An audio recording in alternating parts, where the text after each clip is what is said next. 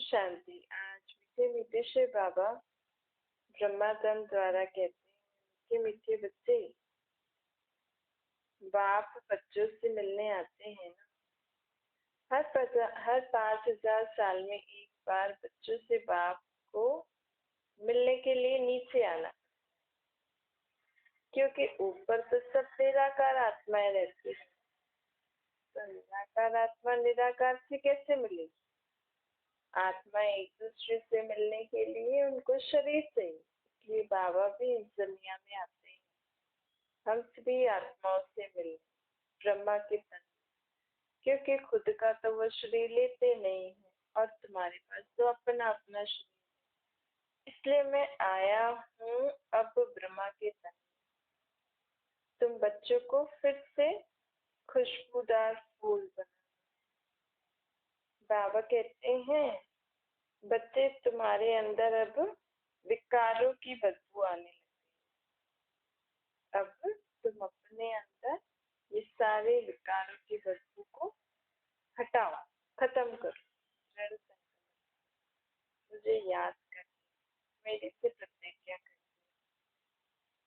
माना दी प्रतिज्ञा करने के बाद धीरे धीरे निकलेंगे, लेकिन पहले मन में प्रतिज्ञा तो करनी है ना। जब तुम परम धाम में थे तो तुम शुद्ध आत्माएं, अब मैं तुमसे मिलने आया हूँ तो देखता हूँ तुम तो सब अशुद्ध अपवित्र हो गई। और तो हम घर कैसे जाएंगे? क्योंकि घर जाने के लिए तो पावन आत्मा चाहिए। इसीलिए बाबा कहते हैं, बच्चे अब पावन बनो।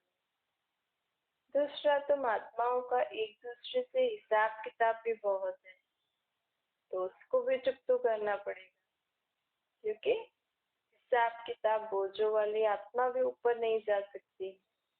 इसीलिए बाबा कहते हैं, सहज तरीका यही है, तो सपने को आत्मा समझो और मुझे निराकार रूप में याद करो, जिससे आत्मा अपने सर्व विकारों से भी मुक्त हो सकती है और उसके पाप कर्मों से भी मुक्त हो सकती है। तो बाबा कहते हैं, देखो तुम जानते हो ना, जगत अम्बा का कितना बड़ा मेला लगता है।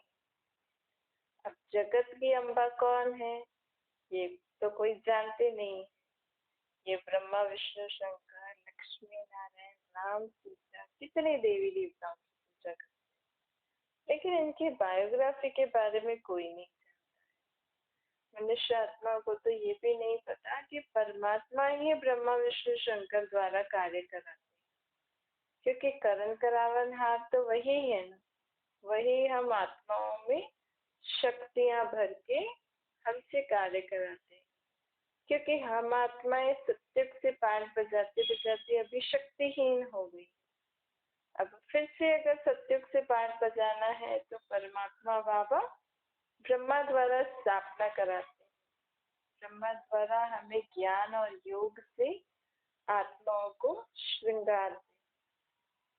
शंकर की तपस्या द्वारा दुनिया का परिवर्तन करते हैं और विष्णु द्वारा पालना कराते हैं। विष्णु अर्थात लक्ष्मी नारायण का कंबाइन।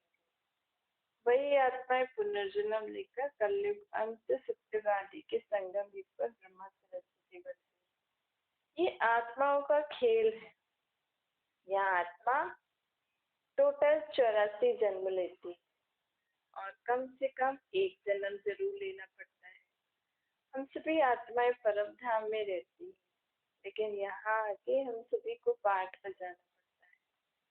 कई आत्माओं को इस सृष्टि पर पाठ बजाना अच्छा नहीं लगता है, तो बाबा कहते चलो मोक्ष तो तुम्हें नहीं मिलेगा, तुम अंत में आना एक जन्म के। आया और गया, क्योंकि मुझे ही ड्रामा में पाठ बजाना आने पड़ता है, तो तुम्हें भी आना पड़ेगा, चाहे एक जन्म के लिए आओ। तो बाबा कहते हैं 84 जन्म वाली आत्मा 5000 साल से यहाँ सृष्टि पर अलग अलग शरीर लेकर अलग अलग पाठ बजाती है। हर जन्म में उसका नाम रूप, उसका कर्तव्य, फीचर्स आदि अलग अलग। तो अब बाबा हमें कहते हैं देखो कितने देवी देवताओं को इतनी सारी भुजाएं भी दे देते। असल में देवी देवताएं भी मनुष्य मुआवजे की है ना, 2 हाथ 2 पाँव 2 आंखें 2 कान। जैसे शरीर की बनावट है वैसे ही होती है, बस उनमें दैवी गुण होते हैं। तो सभी की 2 भुजाएं होती हैं। एक परमात्मा ही है जो निराकार, जिसको अपना शारीरिक आकार है। बाकी मनुष्य जो भी सृष्टि पर पाठ बजाने आते हैं उनकी 2 भुजाएं होती, इतनी सारी भुजाएं नहीं। लेकिन परमात्मा की तो एक भी भुजा नहीं, वो तो शरीर का आधार लेते। स्वर्ग में लक्ष्मी नारायण को भी 2 भुजाएं होगी।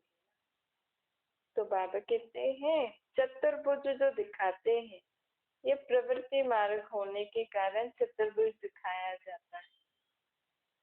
विष्णु अर्थात लक्ष्मी नारायण का कंबाइन, उसमें 2 हाथ आगे नारायण के हैं 2 लक्ष्मी के हैं। बाकी मनुष्य की 4 भुजाएं नहीं। देवियों को इतनी भुजाएं दे देते हैं, असल में होती नहीं। सरस्वती काली आदि आदि अनेक चित्र बनाए, वास्तव में ये सब देवियों अलग अलग ऐसे होती नहीं, एक ही आत्मा है।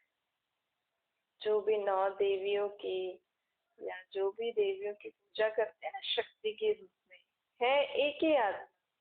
लेकिन एक ही आत्मा में अलग अलग संस्कार, एक ही आत्मा में अलग अलग शक्तियां हैं। अब जैसे बाबा को हम याद करके कभी परिवर्तन शक्ति, कभी समाने की शक्ति, सहन शक्ति, अलग अलग शक्तियों की धारणा कर रहे हैं ना बाबा को याद करके। तो यही वही एक आत्मा है जिसने सर्व शक्तियां बाबा से अपने अंदर धारण करके इस दुनिया की बुराइयों पर विजय प्राप्त करी, जिसका ही अलग अलग शक्तियों के रूप में पूजन होता है चित्र आदि बना के। क्योंकि भक्ति मार्ग में लोग सोचते हैं भक्ति करने के लिए चित्र चाहिए, माला आदि किस पे चढ़ाएं, भोग आदि कैसे लगाएं, उनको स्नान कैसे कराएं, इसीलिए शक्तियों का अलग अलग रूप बना। असल में तो हमें परमात्मा को याद करके अपने अंदर इतनी शक्तियां भरनी है जिससे हम इस कलयुग की दुनिया में रहते हुए भी सुख शांति में, अर्थात कमल मुआवजे में। अभी तुम्हारी भक्ति का पाठ पूरा हुआ, अभी तुम गॉड की स्टूडेंट बने, गॉड फादर की स्टूडेंट बने। तुम गॉड फादरली यूनिवर्सिटी में पढ़ाई पढ़ रहे हो। क्यों पढ़ाई पढ़ रहे हो? क्योंकि अभी नई दुनिया में हमें जाना है। तो नए युग में जाने के लिए वहां हमारा क्या पाठ होगा, कैसे हमें वहां पाठ बजाना है। क्योंकि एकदम कलयुग के बाद सत्युग आ रहा है ना, सत्युग अर्थात सच्ची दुनिया, सुख शांति वाले दुनिया। सब जो मनुष्य आत्माएं हैं उनमें मानस अच्छी होती है, रहन सहन अच्छा होता है, बुद्धि अच्छी होती है, तभी तो वहां पे कोई लड़ाई झगड़ा नहीं होगा ना। और पूरी दुनिया में, हालांकि पूरी दुनिया में लोग नहीं होंगे, सिर्फ भारत खंड ही होगा, लेकिन कहा तो जाएगा ना, एक भारत ही पूरी दुनिया में होगा तो पूरी दुनिया ही कहा जाएगा। तो वहां पे कोई दुख अशांति, कोई रोग बीमारी, कोई लड़ाई झगड़ा कुछ नहीं होगा। और अभी हमारे अंदर कितने बुरे स्वभाव संस्कार, तो एकदम से युग के परिवर्तन हो रहा है। तो बाबा अभी इस युग के अंत में हमें आत्माओं को पढ़ाई पढ़ा रहे हैं। क्या पढ़ाई पढ़ा रहे हैं? हमारे विचार कैसे होने चाहिए सर्व के। कोई हमें कितनी भी बुरी गालियां या बुरा कुछ बोले तो भी हमारी थॉट्स कैसे होने चाहिए, हमारे वर्ड्स कैसे होने चाहिए, हमें क्या देखना है क्या नहीं देखना। इस दुनिया में तो कुछ देखने लायक है नहीं, आंखें हैं तो दिखाई में तो देंगी, लेकिन अपने अंदर कौन सी ऐसी धारणा करनी है कि इस दुनिया में रहते हुए भी ऐसी वैसी चीजें दिखते हुए भी ना दिखे। तो हमें अपनी बुद्धि में क्या रखना है? हमारे कान ऐसी दुनिया में रहते ऐसी बातें सुनते हुए भी न सुने, और सुन तो रहे देख तो रहे, फिर दूसरा हमारे मन में भी नहीं आना चाहिए ऐसा कोई विचार। तो कितनी ऊंची पढ़ाई है ना, ये है सूक्ष्म पढ़ाई। दुनिया में तो हम शारीरिक पढ़ाई तो पढ़ते ही हैं, जिससे हम स्थूल चीजों के बारे में जानकारी मिलती है, लेकिन बाबा हमें सूक्ष्म पढ़ाई पढ़ाने हैं, क्योंकि आत्मा को जाना है ना सत्य में। और आत्मा में क्या है? मन, बुद्धि, संस्कार। आत्मा ही विचार करती है, आत्मा ही निर्णय करती है, आत्मा ही शरीर से कार्य करती है। इसलिए बाबा हमें कह रहे हैं कि बच्चे, इस पढ़ाई में तुम्हें रोज अपनी चेकिंग करनी पड़ेगी। ये आपके थॉट्स, वर्ड्स, आपका बोलना, सुनना, देखना, कर्म करना परिवर्तन हुआ है या नहीं हुआ है, कुछ चेंजेस अंदर आ रहे हैं। पहले जब कोई दुख शांति होती थी तो हाय हाय करते थे, रोते थे, एक दूसरे को बुरा भला बोलते थे, समझो किसी के कारण कुछ हो गया। अब हमारी वैसी स्थिति है या कुछ परिवर्तन हुआ है? क्योंकि बाबा ने अभी हमें सबसे इम्पोर्टेंट चीज, आत्मा पुनर्जन्म ले रही है। आत्मा के कर्मों अनुसार उसके जीवन में सुख दुख उसके संस्कार होते हैं। इस समझ से हम हर एक चीज को, हर एक परिस्थिति, हर एक दुख को पार करते हैं, या अभी भी पुरानी रीति, एक दुख, कुछ ऐसी बात हुई, वो सालों साल तक चल रहा है। एक बात किसी ने हमें बोली, अभी भी कई लोगों को अपने बचपन की या पुरानी बातें याद आती है कि मुझे याद है उसने मुझे ऐसा बोला। वो सब भूले हो, सबको क्षमा किया है या नहीं? ये है हमारी पढ़ाई। क्योंकि हम किसकी दुनिया में जाने वाले हैं? अभी आगे का युग आने वाला है देवी देवताओं का। हम देवी देवताओं की महिमा क्या गाते हैं? सर्वगुण संपन्न, 16 कलाओं से संपूर्ण, निर्विकारी हो, अहिंसक हो, मर्यादा पुरुषोत्तम। देखो बाबा कहते हैं हमारे अंदर ये सारे गुण होने चाहिए, तभी तो हम नेक्स्ट दुनिया में जा सकते हैं ना। तो अपने एक एक अंदर गुण, शक्तियों, कलाओं को धारण करते जाओ, अपने मर्यादाओं में रहो, अपने लिमिट्स, जो बाबा हमें हर प्रकार की मर्यादाएं दे रहे हैं, उस मर्यादाओं के अंदर रहो, अहिंसक रहो। न काम कटारी की लड़ाई करो, न बाहुबल की, न शब्दों की, बोल की, न मन में हमारे युद्ध होनी चाहिए। और दूसरा देवता अर्थात देने वाला। तो हमें भी वही संस्कार अभी से धारण करने। हमें कोई कुछ भी दे, दुख दे या कड़वी शब्द बोले या कुछ हमारे लिए गलत करे, उल्टा सुल्टा सोचे हमारे लिए, लेकिन हमें सबको क्या करना है? देना है। बाबा कह रहे हैं अब हमें कौन से संस्कार धारण करने हैं? स्थूल चीजें नहीं देनी है, हमें मन से सबको देना है, हमारे मुख के शब्द से सबको देना है, हमारे कर्मों से सबको देना है। इस रीति हम नेक्स्ट युग के लिए पढ़ाई पढ़ रहे हैं। क्योंकि वैसे त्रेता, सत्य के बाद त्रेता आएगा, उस समय भी हमें पढ़ाई नहीं पढ़ाने आएंगे, क्योंकि डिग्री कम हो रही है ना। फिर त्रेता के बाद द्वापर आएगा, उसमें तो फिर बाबा, हम विकार में चले जाएंगे द्वापर में। तो इसका मतलब हमें उस समय भी हमें बाबा नहीं मिलेगा, क्योंकि अगर द्वापर, त्रेता और द्वापर के बीच में बाबा आते तो हम विकार में जाते ही नहीं, क्योंकि बाबा तो हमें पवित्र रहने की शिक्षा देते। वहां पे भी डिग्री हमारी कम हो गई।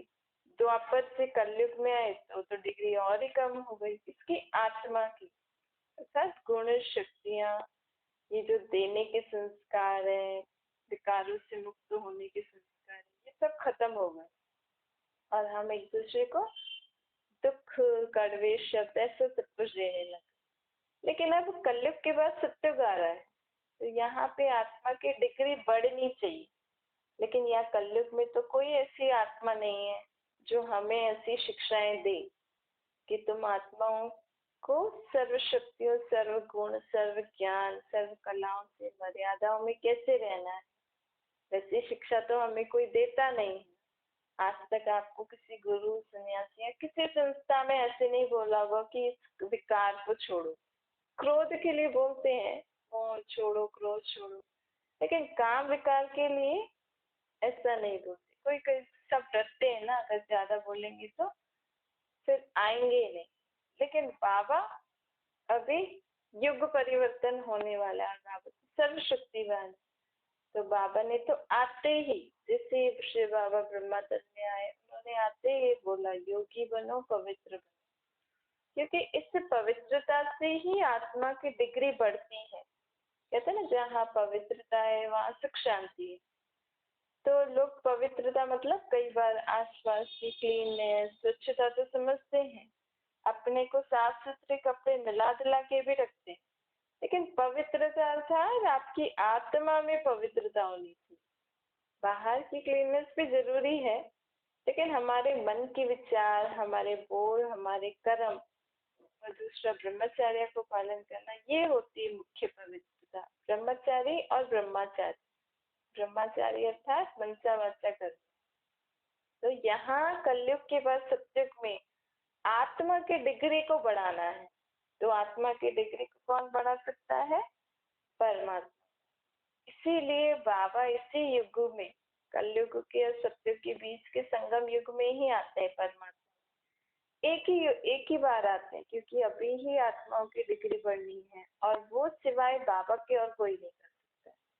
चाहे कोई कितना भी अपने धर्म में बड़ा हो, चाहे कोई कितना भी तपस्वी हो, तपस्वी भी किसको याद करते हैं? वो तो ब्रह्म तत्व को याद करते हैं। शिव बाबा तक तो कोई पहुंच नहीं सकता, क्योंकि उनका नाम रूप किसी को पता ही नहीं।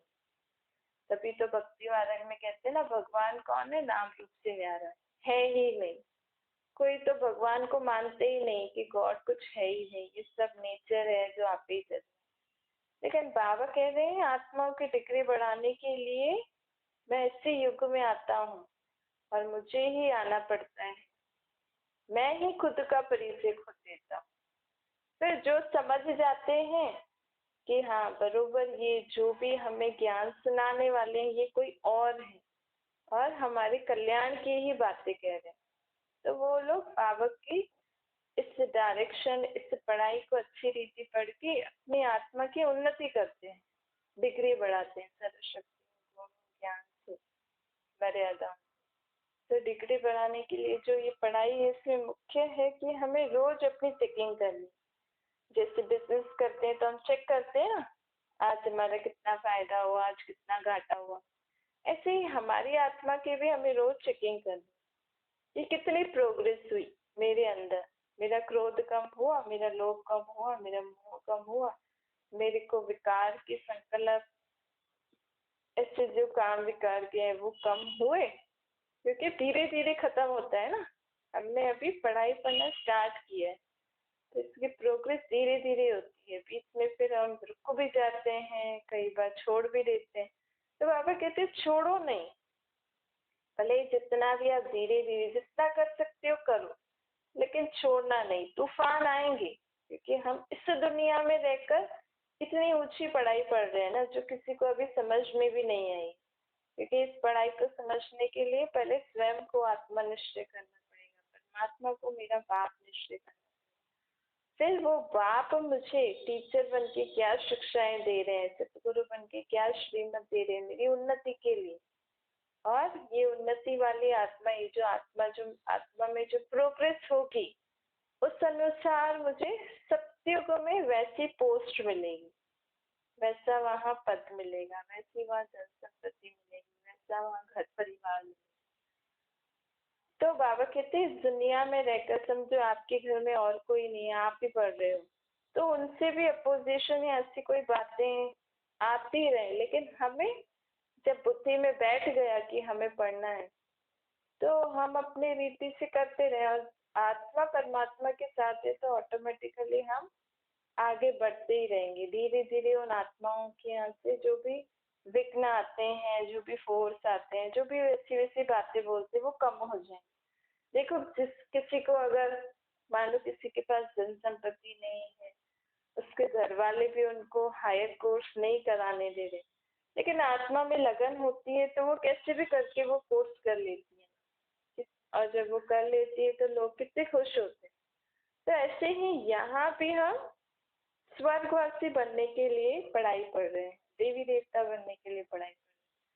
तो उन लोगों का भी कसूर नहीं है अगर आपको कोई ऐसे अपोजिशन कर रहा है, या ऐसी कोई बातें आती हैं, जो भी बाबा हमें कहते हैं ऐसा नहीं करो, तो कई बार हम करते हैं। तो सामने वाले लोगों से अपोजिशन आते हैं, क्योंकि उनको ज्ञान नहीं है ना, उनको समझ नहीं है। लेकिन हमें उनके प्रति भी रहम दिल बन उनको भी शांति की किरणें देकर, बाबा को याद करके, उन आत्माओं को भी शांत करके हमें अपनी पढ़ाई में आगे बढ़ना है, क्योंकि इससे न सिर्फ हमारा बेनिफिट है।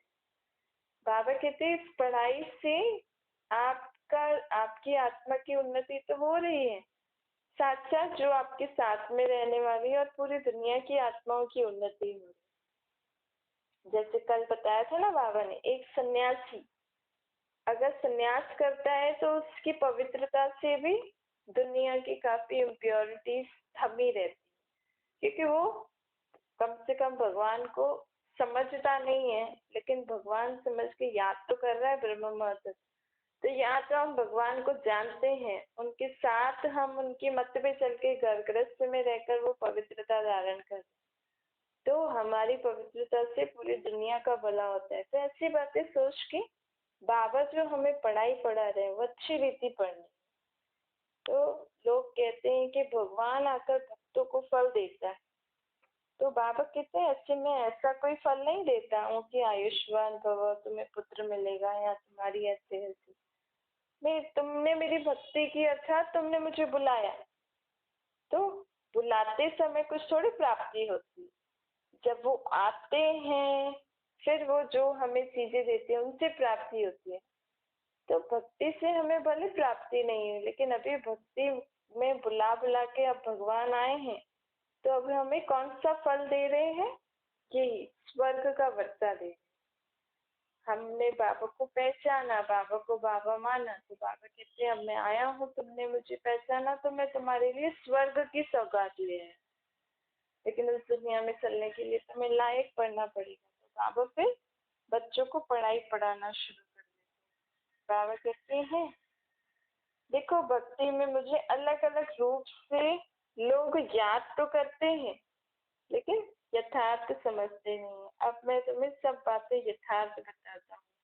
कृष्ण भगवान, लक्ष्मी नारायण भगवान, राम सीता भगवान, गुरु नानक भगवान क्या क्या करते रहते, लेकिन ये सब तो अलग अलग है ना, इन सब का ऑक्यूपेशन अलग अलग है। अब हमने सब कुछ जाना है ना, तुम्हारी बुद्धि का ताला खुला कि देवी देवता कौन है, भगवान कौन है, पुण्य आत्मा महान आत्मा कौन है, धर्म आत्मा कौन है। धर्म आत्मा था जो धर्म को स्थापन करने वाली है, जैसे गुरु नानक देव है, क्राइस्ट है, इस्लाम, इब्राहिम है, मोहम्मद है, ये सब धर्म स्थापक है, शंकराचार्य है, बौद्ध है।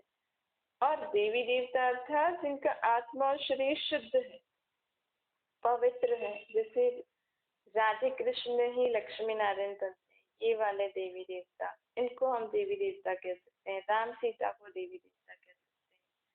तो ऐसे देवी देवता भी यही है, वो भी है तो एक ही नाम, राधे कृष्ण ही लक्ष्मी नारायण बनते हैं, लेकिन लोगों ने उनका भी अलग अलग मंदिर बना दिया, क्योंकि न जानने के कारण। लेकिन अब तुम बच्चों ने, तुम्हारे अंदर से भी अज्ञानता का अंधेरा खत्म हुआ है ना, तो बाबा हमें इसी रीति भी ज्ञान की अलग अलग बातें बताते रहते कि ये जो हम त्योहार आदि मनाते हैं, इतने सारे मंदिर आदि बनाते हैं, इतने सारे देवियां देव को पूछते हैं, ये है कौन? कम से कम हमें इनके बारे में पता तो होना चाहिए। अब देवी देवताओं को इतने बड़े बड़े मंदिरों में रखते हैं, क्यों? क्योंकि इनकी दुनिया में इतना सुख शांति और इतनी संपत्ति थी। तो बाबा कहते हैं इसीलिए ही ये हमारी दुनिया में ये पहले महाराजा महारानी लक्ष्मी माँ, जैसे यहाँ पे भी जो भी पूर्व प्रधानमंत्री या प्रेसिडेंट ऐसे शरीर छोड़ते हैं तो उनकी समाधि बना देते हैं। तो ऐसे ही हमारी इस सृष्टि पर, भारत पर, क्योंकि सत्युग में सिर्फ भारत ही होगा और कोई भी देश नहीं होता है, ये बाकी देश सब द्वापर के बाद आए। सत्युग में पूरे विश्व के मालिक श्री लक्ष्मी नारायण बनेगी, तो जो first king and queen of the world, तो उनके मंदिर भी कितने अच्छे हैं। फिर सेकेंड नंबर पे त्रेता में राम सीता बने, तो उनका मंदिर भी फिर लक्ष्मी नारायण से थोड़ा कम अच्छा होता है तो उनका भी, लेकिन उनसे थोड़ा कम हो जाता है, क्योंकि डिग्री कलाएं भी कम हो जाती हैं। लक्ष्मी नारायण 16 कला संपूर्ण होते हैं और राम सीता 14 कला, कला कम हो गई 2। ऐसे फिर द्वापर से अलग अलग राजाएं, अलग अलग धर्मों की वृद्धि हुई। तो बाबा कहते हैं इसीलिए हमें भी, बाबा ये सारी अज्ञानता की जो हम बातें अभी तक करते आए हैं, जिस कारण हमारी बुद्धि का ताला बंद हो गया, हम उनके आगे हाथ जोड़ रहे हैं, लेकिन असल में हमें इनके आगे थोड़ी कुछ मांगना चाहिए। इनको भी देने वाले परमात्मा, इन्होंने भी परमात्मा से ही तो राज्य भाग्य लिया, शक्तियां ली, गुण ली। कहते ना शिव की शक्ति, अर्थात उन जिन शक्तियों को आप पूज रहे हो, उसने भी किससे शक्ति ली है? उन्होंने शिव से ली है ना। तो हम उनके आगे हाथ जोड़ के उनसे क्यों मांग रहे हैं? हम डायरेक्ट शिव, अब जब हमें शिव बाबा का यथार्थ परिचय मिला है, हम अपने बाप से डायरेक्ट क्यों नहीं कांटेक्ट कर रहे हैं? पहले चलो हमें बाबा के बारे में नहीं पता था, तो हमने उन्होंने हमारी किसी न किसी रीति से मदद की, हम उनको याद करते थे। लेकिन अब तो डायरेक्ट बाबा आए हैं ना, और हमें यथार्थ पूरे बाबा का पूरा परिचय भी है, कैसे उनको याद करना है, कैसे उनसे अपने अंदर शक्तियां, गुण, ज्ञान। तो क्यों ना अब हमारा डायरेक्ट भक्ति योग किससे जुड़ा रहे? उससे निराकार परमात्मा से, आत्मा। इससे क्या होगा? हमारा बुद्धि का भटकना बंद हो जाता है। ये शक्ति चाहिए तो इस देवी को पूजो, ये कुछ ये मन्नत पूरी करनी है तो इस देवी, इस मंदिर में जाओ। तो ये बुद्धि का भटकना हो गया ना। तो अब अगर हम सदा ही निराकार परमात्मा को याद करेंगे, जो सब देवी देवताओं को भी देने वाला वो है, तो आपके गुरु, महात्मा, पुण्य आत्माओं को भी देने वाला वही है, तो क्यों ना हम उनसे डायरेक्ट कांटेक्ट कर सके। और जब हम कर सकते हैं, आत्मिक स्वरूप में टिक के परमात्मा को याद करना है, और क्या करना है? इतना ही तो करना है। अच्छा, मीठे मीठे सिक्के लगे बच्चों प्रति माता पिता बाप दादा का याद प्यार और गुड मॉर्निंग रूहानी बाप की हम सभी रूहानी बच्चों को, हमारे भी रूहानी माता पिता बाप दादा को याद प्यार, गुड मॉर्निंग और नमस्ते। वरदान है, व्यर्थ संकल्पों को समर्थ में परिवर्तन कर सहज योगी बनने वाले समर्थ आत्मा। कई बच्चे सोचते हैं कि मेरा पाठ तो इतना दिखाई नहीं देता है, योग अर्थात मैं बाबा को याद भी अच्छे से नहीं करती हूँ, अशरीरी होने में होती नहीं हूँ। तो बाबा कहते ये सब व्यर्थ संकल्प है। कभी भी आपको जीवन में ऐसे स्वयं के प्रति ऐसे विचार आए ना, चलो ये तो बाबा से रिलेटेड है। कई लोगों को ज्ञान में आने के बाद ऐसी ऐसी बातें बुद्धि में आती है कि नहीं, मेरे को अच्छे से समझ में नहीं आता, मैं अच्छे से बाबा को याद नहीं करती, बाबा की धारणा नहीं करती। पर इसके अलावा भी आपके जीवन में कभी ऐसे डीमोटिवेट वाले थॉट आए ना, तो ये व्यर्थ संकल्प होते हैं, ये फालतू विचार होते हैं, इन पे ध्यान नहीं देना चाहिए। अब इन संकल्पों को हमें परिवर्तन करना है। कैसे? अपनी किसी न किसी विशेषता को याद करके, कि चलो मेरे में और कुछ नहीं है, लेकिन मेरे में बाबा कहते हैं हर आत्मा में कोई ना कोई विशेषता। जैसे देखो, कोई डॉक्टर भी होता है, बस वो डॉक्टरी की पढ़ाई करेंगे, लेकिन एक किसी बॉडी पार्ट में, एक पार्ट पे कोई स्पेशल वो रिसर्च करते हैं, जिसका फिर वो उस चीज का डॉक्टर।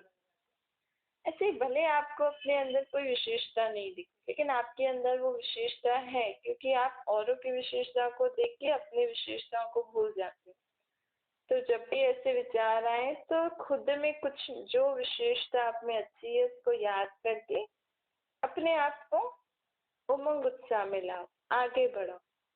तो बाबा ऐसे ही, अगर बाबा के ज्ञान में आने के बाद आपको ऐसे संकल्प आ रहे हैं, तो उनको समृद्ध संकल्प में परिवर्तन करो कि कम से कम मैंने बाबा को तो पहचाना है ना, पर मुझे ज्ञान अच्छे से समझ में नहीं आ रहा, बाबा को मैं याद नहीं कर पा रही हूँ, लेकिन मैंने आत्मा के पाप परमात्मा को तो पहचाना ना, इस रीति तो मैं बाबा की मददगार हूँ ना।